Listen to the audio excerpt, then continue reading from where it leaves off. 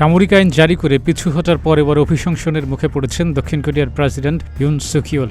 ৬টি দল নিয়ে গঠিত বিরোধী দলগুলোর একটি জোট বুধবার ৪ ডিসেম্বর প্রেসিডেন্টের অভিশংসন চেয়ে পার্লামেন্টে একটি প্রস্তাব জমা দিয়েছে। প্রস্তাবটি বৃহস্পতিবার পার্লামেন্টের প্লেনারি অধিবেশনে উত্থাপনের পরিকল্পনার কথা জানায় বিরোধী দলগুলো। প্রস্তাবের উপর ৭২ ঘণ্টার মধ্যে ভোটাভুটি হওয়ার বাধ্যবাধকতা রয়েছে। ফলে শুক্রবার বা শনিবার প্রস্তাবটির উপর ভোটাভুটি হতে পারে। প্রেসিডেন্টকে অভিশংসনের জন্য ২/৩ বেশি আইন প্রণেতার ভোট প্রয়োজন হয়। দক্ষিণ কোরিয়া ৩০০ সদস্যের ন্যাশনাল অ্যাসেম্বলিতে ইউনের দলের নিয়ন্ত্রণ আছে ১০৮টি আসন। পার্লামেন্টে অভিশংসনের প্রস্তাব পাশ হওয়ার পর সেটি সাংবিধানিক আদালতে যায়। সাংবিধানিক আদালতের ৯ বিচারপতির ৬ জন যদি অভিশংসনের পক্ষে সমর্থন দেন তবে তা কার্যকর হয়।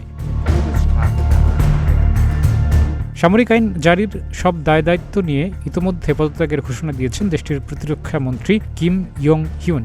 মন্ত্রণালয় জানিয়েছে, বিভ্রান্তি ছড়ানো এবং মানসিক চাপ তৈরি করায় জনগণের কাছে ক্ষমা চেয়েছেন তিনি। প্রেসিডেন্টের পদত্যাগের দাবিতে ৫ ডিসেম্বরও বিক্ষোভে উত্তাল ছিল দক্ষিণ কোরিয়া। হাজারো বিক্ষোভকারী দেশটির রাজধানী সিউলের কেন্দ্রস্থলে প্রেসিডেন্টের দপ্তরের দিকে মিছিল নিয়ে এগিয়ে যায়। এছাড়া পার্লামেন্ট চত্বরে সমাবেশেরও আয়োজন করে বিরোধী দলগুলো।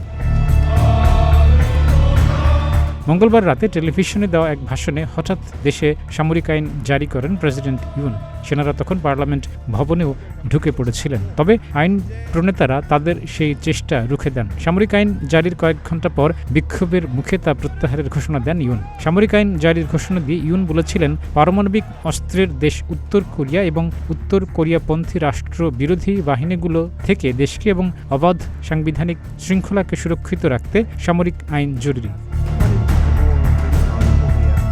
তবে তিনি তখন সুনির্দিষ্ট করে কোনো হুমকির কথা উল্লেখ করেননি। ইউনের ঘোষণার পরপরই সিউলের পার্লামেন্ট ঘিরে উত্তেজনা দেখা দেয়। প্রেসিডেন্টের সিদ্ধান্তের প্রতিবাদে পার্লামেন্টের বাইরে অবস্থান নেন বিক্ষোভকারীরা। এর কয়েক ঘণ্টার মধ্যে দক্ষিণ কোরিয়ার পার্লামেন্ট সামরিক আইন প্রত্যাহার করার জন্য সর্বসম্মতিক্রমে একটি প্রস্তাব পাশ করে। এ সময় পার্লামেন্টের ৩০০ সদস্যের মধ্যে ১৯০ জন উপস্থিত ছিলেন। এর মধ্যে ইউনের দলের ১৮ জন সদস্য ছিলেন। প্রস্তাবটি পাশ হওয়ার পর প্রেসিডেন্ট সামরিক আইন প্রত্যাহারের ঘোষণা দেন।